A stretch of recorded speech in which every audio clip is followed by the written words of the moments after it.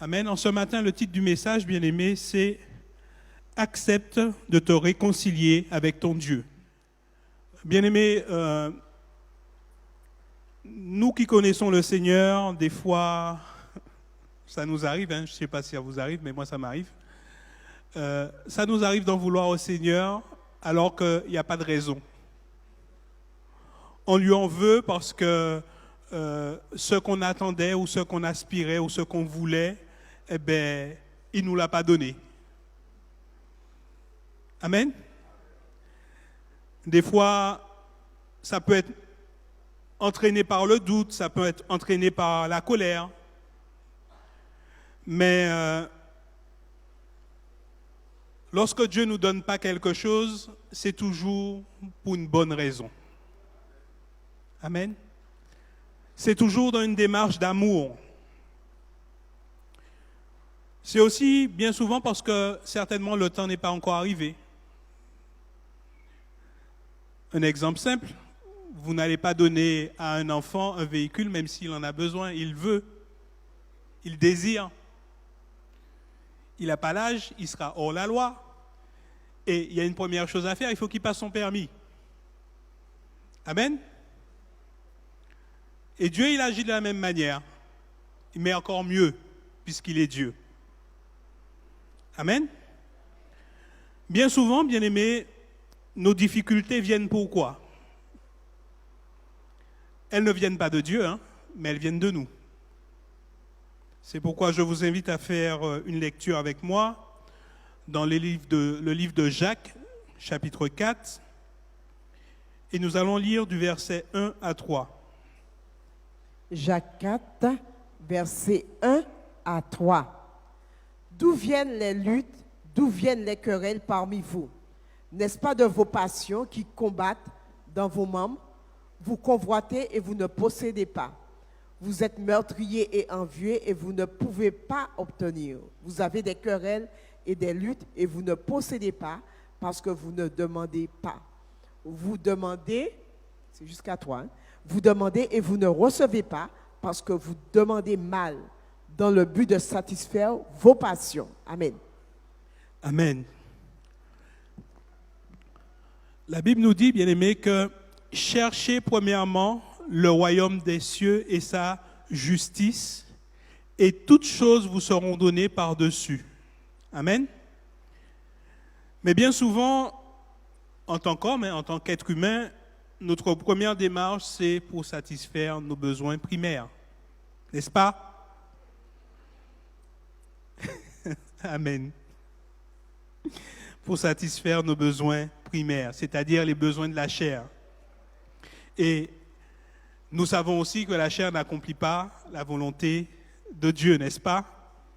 Vous l'avez déjà lu, relu, mais c'est une chose de lire et c'est une chose de mettre en pratique. Amen.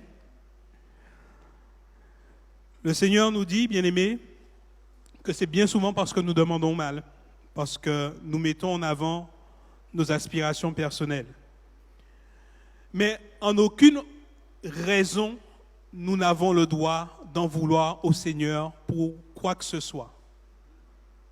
En aucune raison. S'il y a un problème, s'il y a une insatisfaction, cela vient de notre nature charnelle. Parce que ce que nous aspirons ou ce que nous désirons n'est pas de Dieu. Ou ça peut être de Dieu, mais si ce n'est pas de la chair, ça peut être de Dieu, mais que ce n'est pas le moment. Et le Seigneur nous dit de patienter. À chaque fois, je dis à mon épouse, mais Dieu est vraiment incroyable, parce que j'ai la pensée des 400 ans que le peuple d'Israël est resté en servitude. Et à chaque fois, je lui dis, il y a au moins 5 ou 6 générations qui sont restées sous l'esclavage, et pourtant, ils étaient le peuple de Dieu. Des fois, je me dis, mais Seigneur, comment est-ce possible? C'est ton peuple. Et il savait pourquoi il l'a fait. Donc, c'est encore à nous de nous remettre en question et accepter sa volonté. Amen. Bien souvent, nous regardons sur le plan humain, sur le fait que nous estimons que notre temps est court et que cela doit s'accomplir dans notre temps. Mais le projet de Dieu n'est pas sur le temps de l'homme, mais il est sur le temps de Dieu. Amen. Et ça nous met des luttes. Ça nous met des combats. Parce qu'en fait, nous voulons obtenir, mais nous n'obtenons pas parce que nous sommes encore dans la chair. Le livre de Romains, chapitre 5, je vais faire la lecture du verset 8 à 10, nous dit « Mais Dieu prouve son amour envers nous, en ce que lorsque nous étions encore des pécheurs, Christ est mort pour nous. À plus forte raison donc, maintenant que nous sommes justifiés par son sang, serons-nous sauvés par lui de la colère. Car si lorsque nous étions ennemis, nous avons été réconciliés avec Dieu par la mort de son Fils, à plus forte raison, étant réconciliés, serons-nous sauvés par sa vie. » Tout cela pour nous dire, bien-aimés, que lorsque nous gardons les yeux fixés sur le Seigneur, ayons cette assurance que Dieu est avec nous et il entend nos prières. Amen. Nous ne sommes pas venus à Christ par nous-mêmes. Ça, c'est une réalité. Même si nous croyons que c'est parce que nous avons accepté Jésus qui fait que nous soyons là en ce matin. C'est faux. La Bible nous enseigne que nous étions ennemis de Dieu. Pourquoi ennemis de Dieu? Simplement parce que nous ne l'avions pas accepté comme sauveur personnel. Donc, nous le combattions. Amen. Mais malgré ça, le Seigneur n'a pas regardé à cela. Il s'est donné pour nous afin que nous ayons la vie. Il a manifesté cet amour pour nous. Amen. Nous qui avons accepté Jésus, c'est un combat. Donc ceux qui n'ont pas encore accepté Jésus, c'est encore un combat davantage plus fort. Amen. C'est pour cela, bien-aimés, n'ayons pas à l'égard des païens de mauvaises pensées.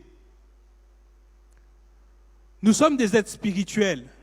N'ayons pas à leur égard de mauvaises pensées. Parce que nous étions des leurs. N'est-ce pas? Et même en tant que chrétiens, nous avons encore des attitudes qui ne glorifient pas Dieu. Amen. Donc, bien-aimés, acceptons de nous réconcilier avec le Seigneur en ne mettant pas en avant nos aspirations personnelles, mais en recherchant toujours ce que Dieu attend de nous. Amen. Le livre d'Ésaïe, chapitre 54, versets 14 à 17, nous dit « Tu seras affermi par la justice, banni l'inquiétude, car tu n'as rien à craindre, et la frayeur, car elle n'approchera pas de toi.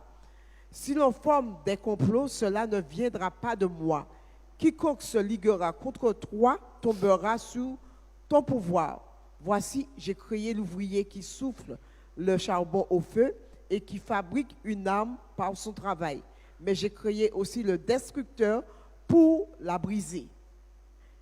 Continue. Toute arme forgée contre toi sera sans effet, et toute langue qui s'élèvera en justice contre toi, tu la condamneras. Tel est l'héritage des serviteurs de l'Éternel, tel est le salut qui leur viendra de moi, dit l'Éternel. Amen. Amen. Tu seras affermi par la justice. Amen. Tu seras affermi par la justice. C'est quoi la justice? Est-ce que c'est notre propre justice? Tu seras affermi à cause de la justice de Dieu. Amen. Et après, la parole te dit de bannir l'inquiétude. Cette part-là, c'est à toi de la faire. Tu es justifié en Christ. Amen. Donc, tu t'affermis en Christ. Mais tu dois bannir l'inquiétude. Tu dois bannir le doute. Tu dois bannir les raisonnements. Tu dois bannir la colère, la clameur. Le Seigneur nous appelle à être des ouvriers dans sa maison. Il dit, car tu n'as rien à craindre. Et la frayeur, car elle n'approchera pas de toi. Combien de nous, de fois, bien-aimés, nous avons été effrayés par certaines situations. Amen. Rappelez-vous de Pierre dans la barque. Il aurait pu marcher des kilomètres et des kilomètres avec le Seigneur, n'est-ce pas? Mais l'inquiétude, l'incrédulité, le doute a pris le dessus. Et à cause de cela, qu'est-ce qui s'est passé? Il commençait à s'enfoncer. Nous qui sommes en Christ, bien-aimés, nous devons bannir la crainte. Nous devons bannir toutes ces choses qui font obstacle à notre relation avec le Seigneur. Le Seigneur nous a donné le pouvoir puisqu'il dit dans le verset 15, « Si l'on forme des complots, cela ne viendra pas de moi. Quiconque se liguera contre toi tombera sous ton pouvoir. » Vous voyez l'autorité qui vous a été donnée en Christ. Vous voyez le pouvoir que nous avons reçu en Christ. Amen. Mais ce pouvoir s'exerce et se manifeste si nous demeurons dans la justice. Amen. Autrement, si nous ne sommes pas dans la justice, qui c'est qui utilise ça? Satan, le diable. Nous devenons des instruments de destruction. Mais ce n'est pas notre rôle. Bien-aimés, des fois, nous avons l'impression que nous sommes combattus. Combattus de toutes parts. Parce que le combat est réel. Sur le plan spirituel, lorsque tu veux faire un pas avec le Seigneur, c'est une légion, une délégation qui est lancée contre toi pour que tu ne puisses pas faire ce pas en avant. Ça, c'est le combat spirituel. Mais sache que si cela se forme contre toi, cela ne vient pas de l'Éternel. Sache que si ces luttes se présentent, que tu as déjà la victoire si tu es dans la justice de Dieu. Amen.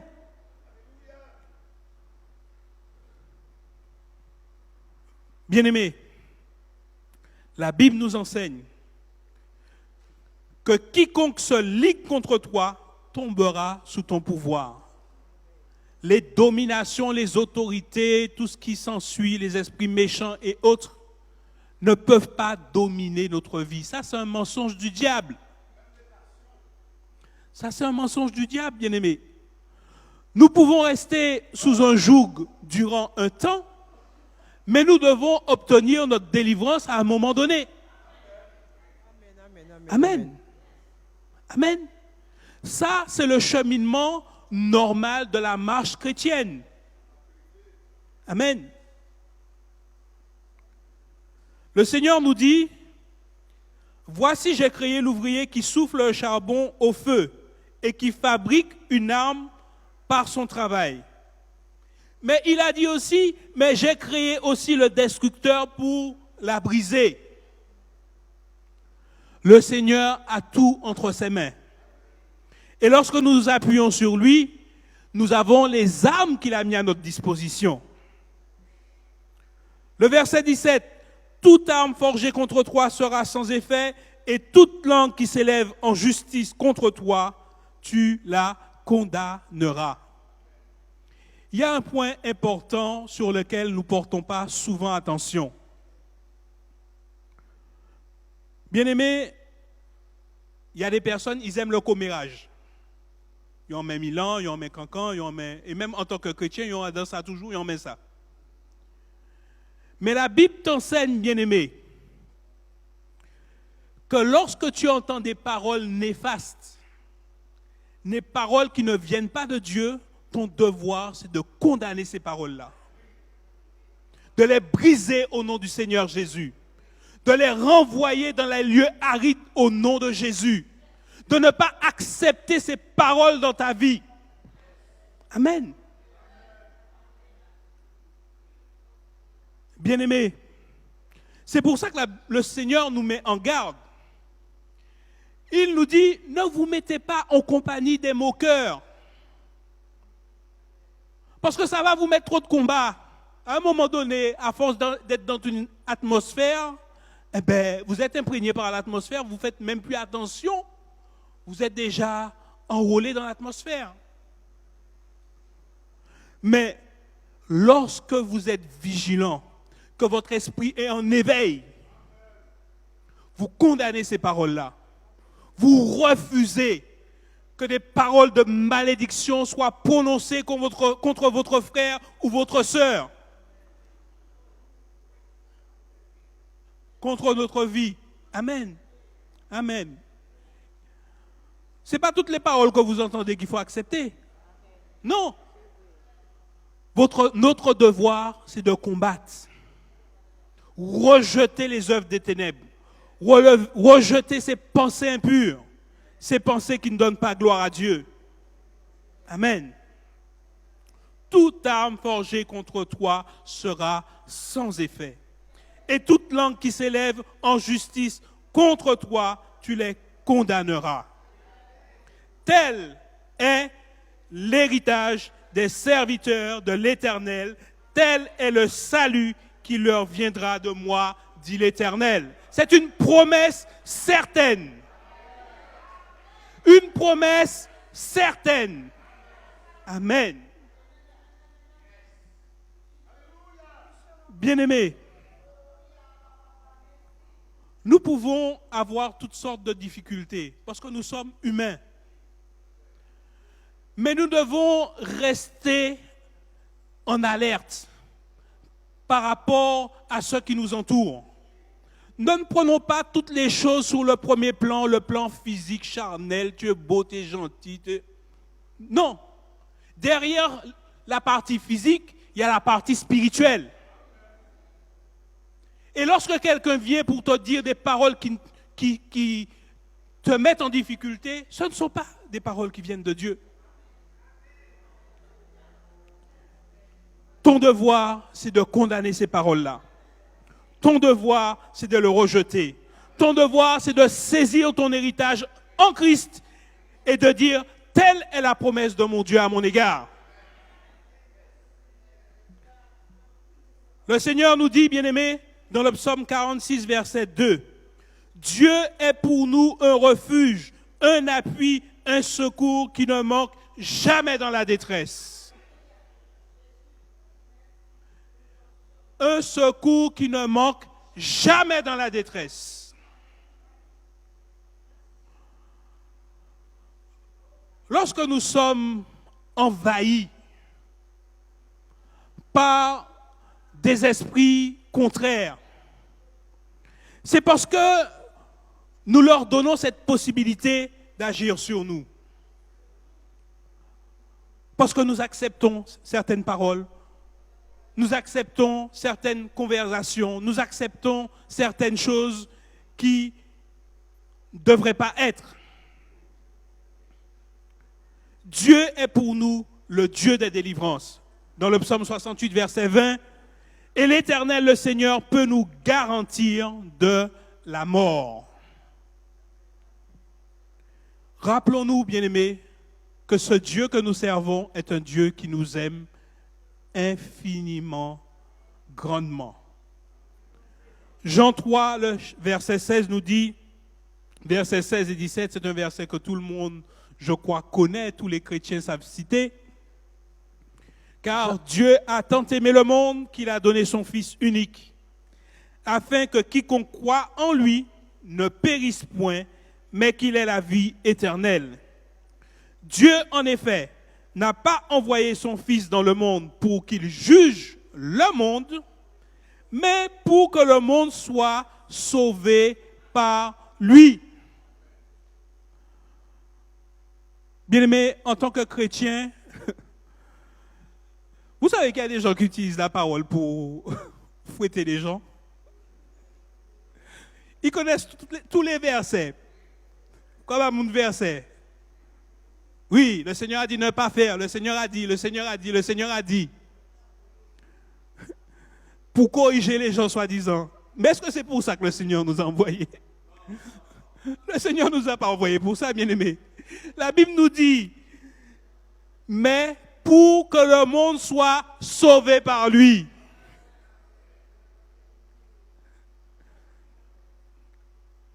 Amen. Pour que le monde soit sauvé. Mais si tu utilises la parole de Dieu pour condamner les gens, leur dire tout le temps, son café n'est pas bon, son café n'est pas bon, ça. Mais, vous pouvez mettre tes pieds sous. Bien aimé, on a déformé l'évangile. Hein? On a déformé l'évangile. On utilise bien souvent l'évangile pour régler nos comptes.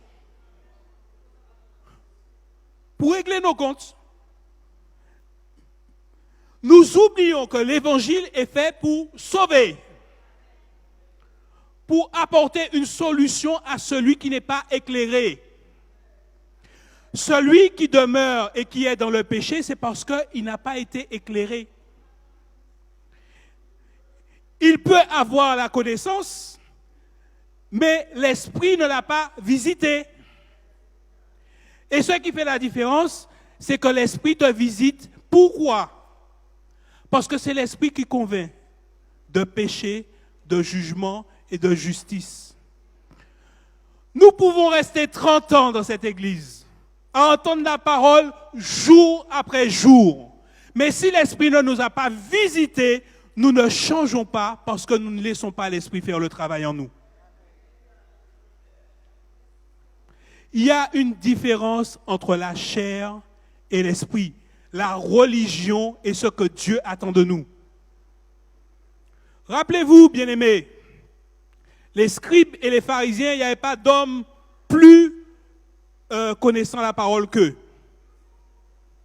Mais pendant des siècles et des siècles, ils ont annoncé, ils ont proclamé, ils ont parlé de toutes les lois de Moïse. Mais qu'est-ce qui s'est produit?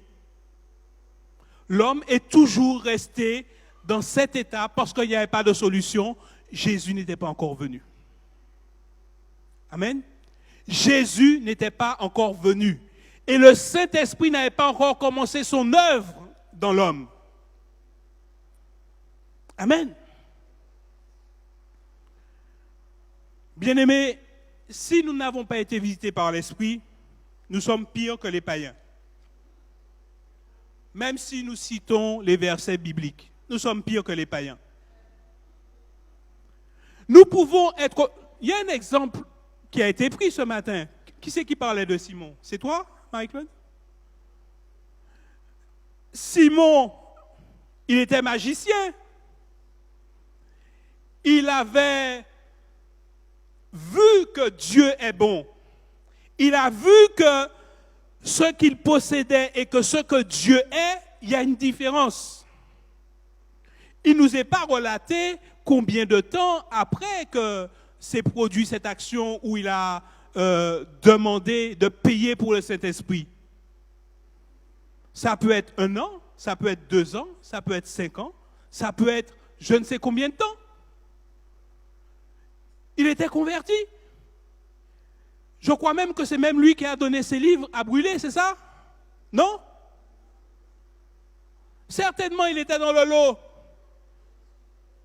Repenti.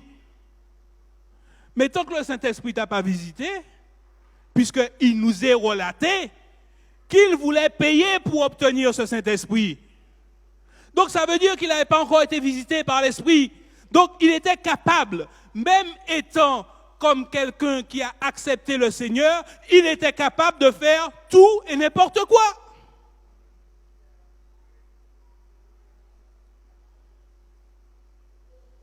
N'est-il pas ainsi au milieu de nous?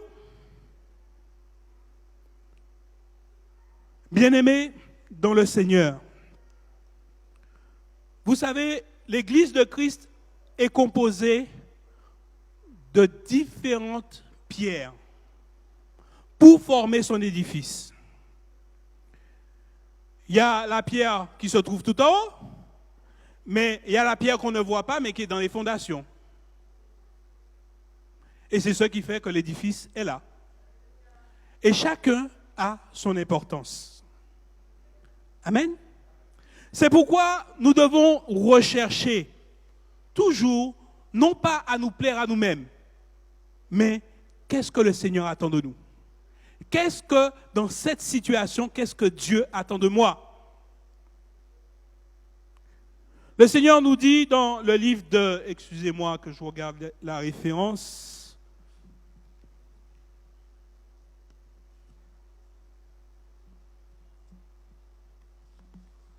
le livre d'Ésaïe, verset 43, verset 25, je fais la lecture.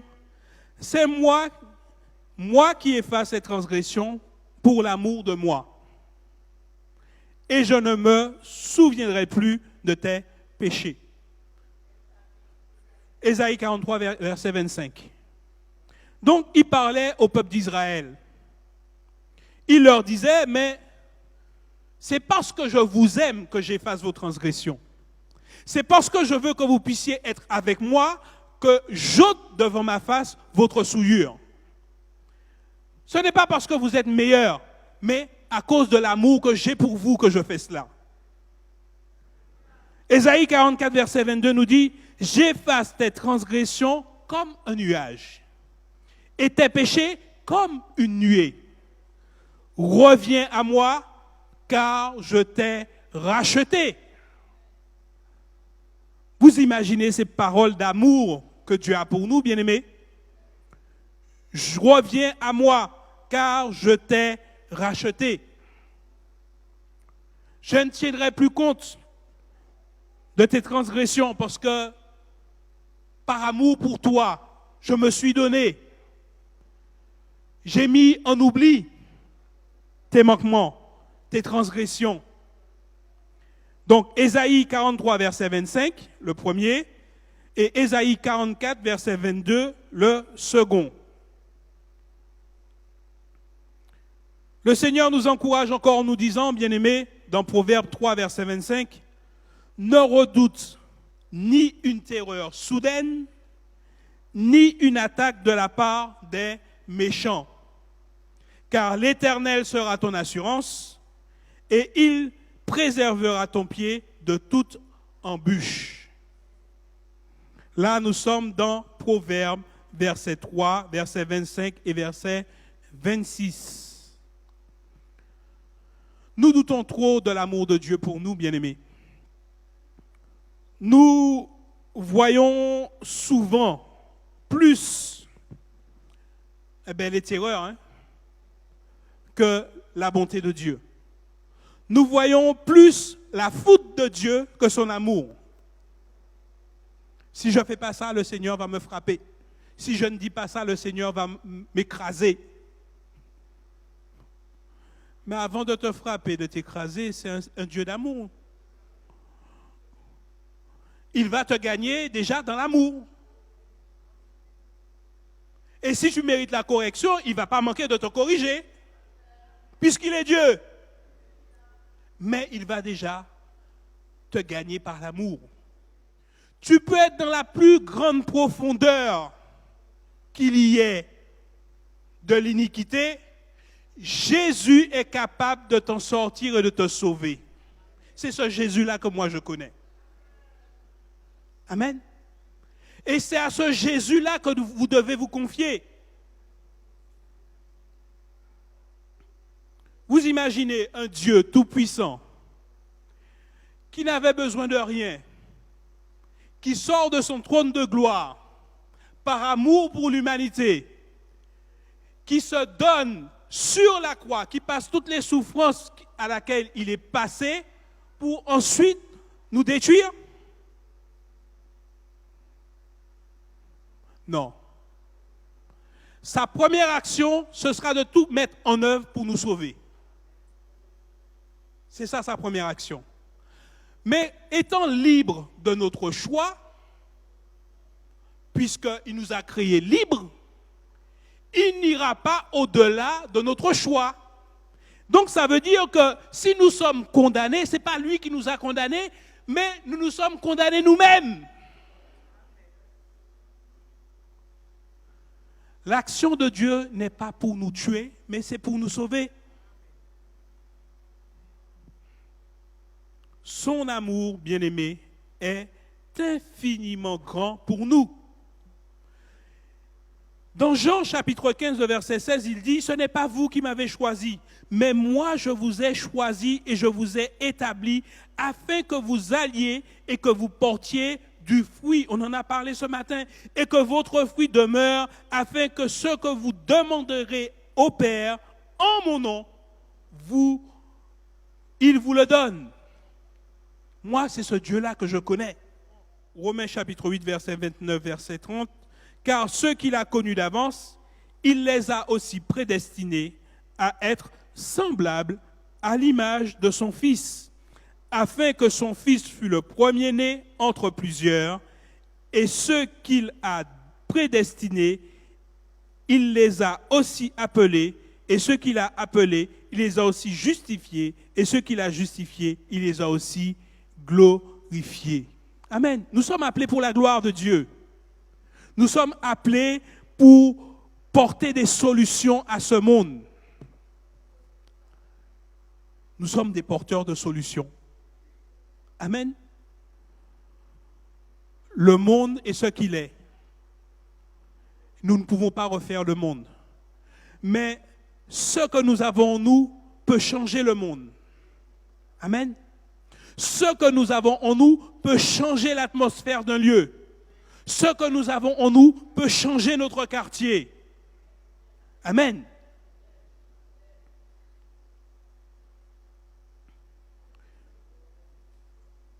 Nous n'allons pas aller plus loin.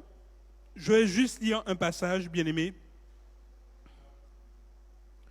Nous allons prendre Jacques quand même. Jacques chapitre 5, versets 19 et 20 qui dit « Mes frères, si quelqu'un parmi vous s'est égaré loin de la vérité et qu'un autre l'y ramène, qu'il sache que celui qui ramène un pécheur de la voie où il s'était égaré sauvera une âme de la mort et couvrira une multitude de péchés. » Nous voyons à travers ce verset, bien-aimé, que lorsque nous allons évangéliser, que c'est bénéfique dans les deux sens. Nous sauvons une âme, s'il accepte le Seigneur comme sauveur personnel, mais en retour, la multitude de péchés que nous avons commis, puisque nous commettons encore des péchés, même étant chrétiens, ne serait-ce que par nos pensées, même si nous ne sommes pas dans les actes, nous commettons des péchés, et bien cette multitude est effacée par le Seigneur. Donc, bien-aimés, nous avons tout intérêt à apporter la parole et donner la vie à ceux qui se perdent sans Jésus. Et pour terminer, 1 Corinthiens chapitre 1, nous allons lire du verset 8 au verset 10 pour que nous puissions être encouragés et ne pas nous décourager dans quoi que ce soit. Il n'y a pas de situation que le Seigneur n'ait pas en main, bien-aimés. Il n'y a pas de chose qui soit au-dessus de la force, de la puissance, de l'autorité de notre Seigneur. Amen. 1 Corinthiens chapitre 1, le verset 8 à 10 nous dit « Il vous affermira aussi jusqu'à la fin. » Une promesse. « Pour que vous soyez irréprochables au jour de notre Seigneur Jésus-Christ. » Dieu est fidèle. Lui qui vous a appelé à la communion de son Fils, Jésus-Christ notre Seigneur, je vous exhorte, frères, par le nom de notre Seigneur Jésus-Christ, à tenir tous un même langage, à ne point avoir de division parmi vous, mais à être parfaitement unis dans un même esprit, dans un même sentiment. Amen. Vous savez que nous pouvons être unis dans un même esprit dans la bêtise, hein? C'est pour cela, bien-aimés, que nous devons veiller à ce que l'esprit auquel nous sommes unis soit l'esprit de Christ. Amen. Lorsque le monde fait tout ce qu'ils font là, ils sont unis dans la bêtise. Donc nous pouvons être unis dans la bêtise. Mais veillons à ce que nous soyons unis selon l'Esprit de Dieu. Amen. Que Dieu nous bénisse et que Dieu nous fortifie. Je vous bénis par ces quelques mots et que le Seigneur soit glorifié. Amen. Merci Seigneur.